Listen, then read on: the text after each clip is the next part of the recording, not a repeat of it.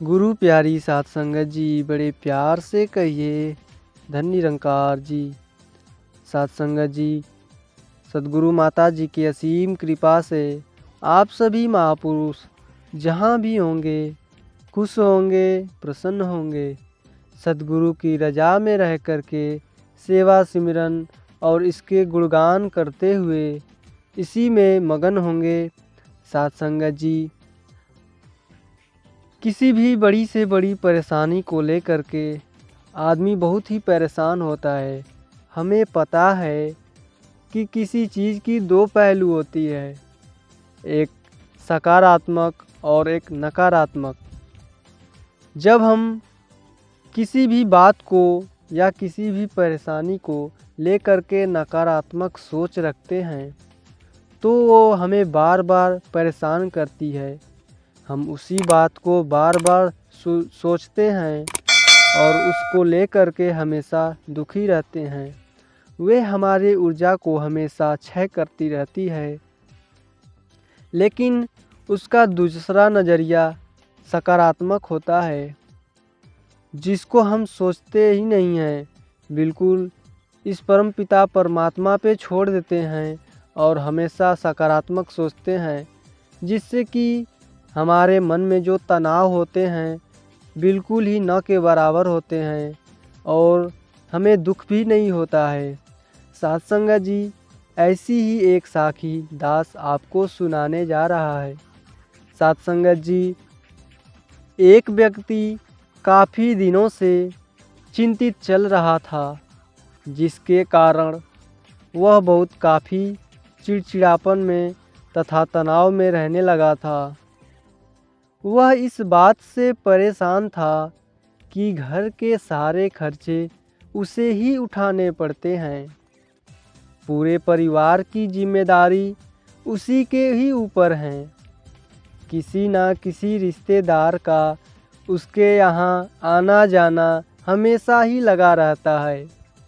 इन्हीं बातों को वह सोच सोच करके काफ़ी परेशान रहता था। बच्चों को अक्सर डांट भी देता था तथा अपनी पत्नी से भी ज़्यादातर उसका किसी न किसी बात पर झगड़ा चलता रहता था।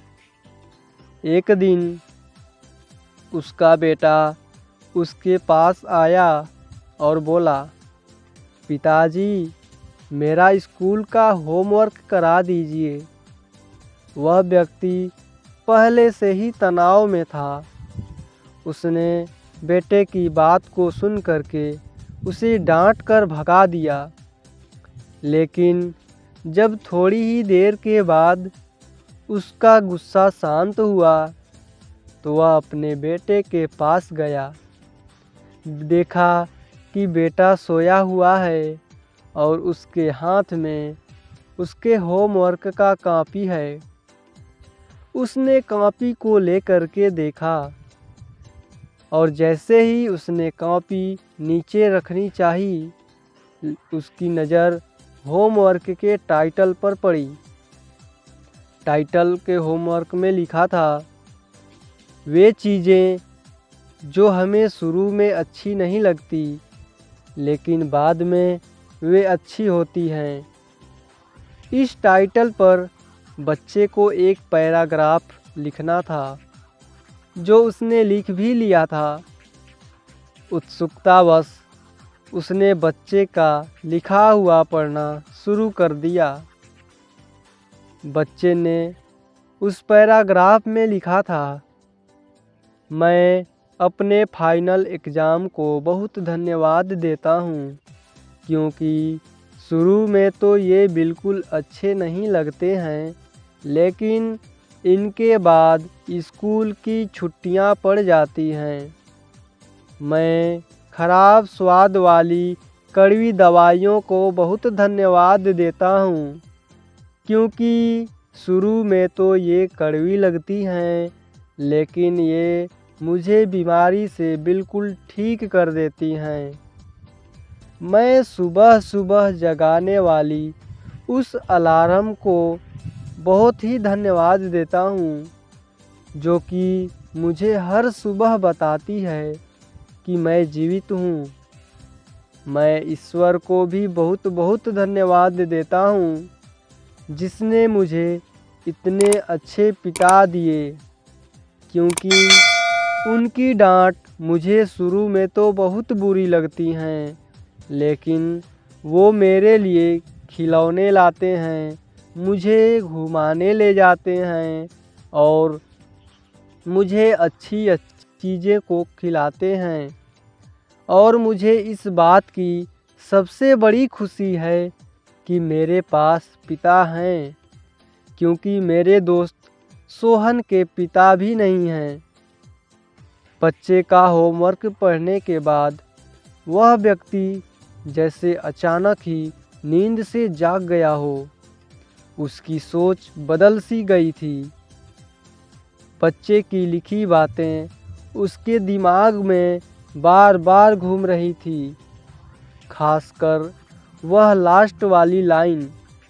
उसकी नींद उड़ गई थी।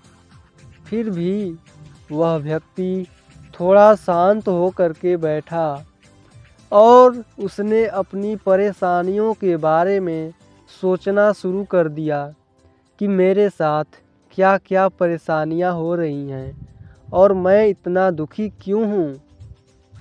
उसने सोचा कि मुझे घर के सारे खर्चे उठाने पड़ते हैं।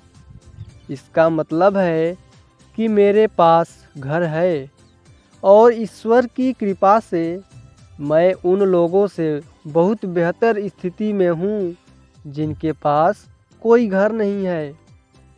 मुझे पूरे परिवार की जिम्मेदारी उठानी पड़ती है।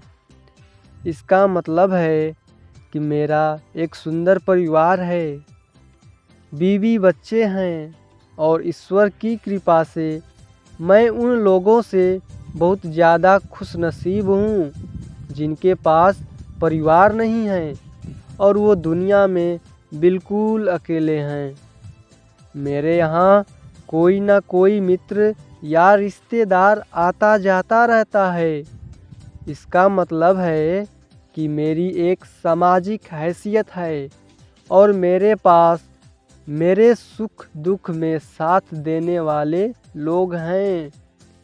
हे मेरे भगवान, तेरा बहुत बहुत शुक्रिया।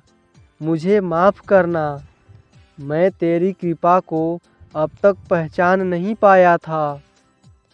इसके बाद उसकी सोच एकदम से बदल गई। उसकी सारी परेशानी, सारी चिंता एकदम से जैसे ख़त्म ही हो गई हो। वह एकदम से बदल गया। वह भाग करके अपने बेटे के पास गया और सोते हुए बेटे को गोद में उठा करके उसके माथे को चूमने लगा और अपने बेटे को तथा इस परम पिता परमेश्वर को धन्यवाद देने लगा। साथ संगत जी, हमारे सामने भी जो परेशानियां आती हैं, हम जब तक उनको नकारात्मक नज़रिए से देखते रहेंगे, तब तक हम परेशानियों से घिरे रहेंगे।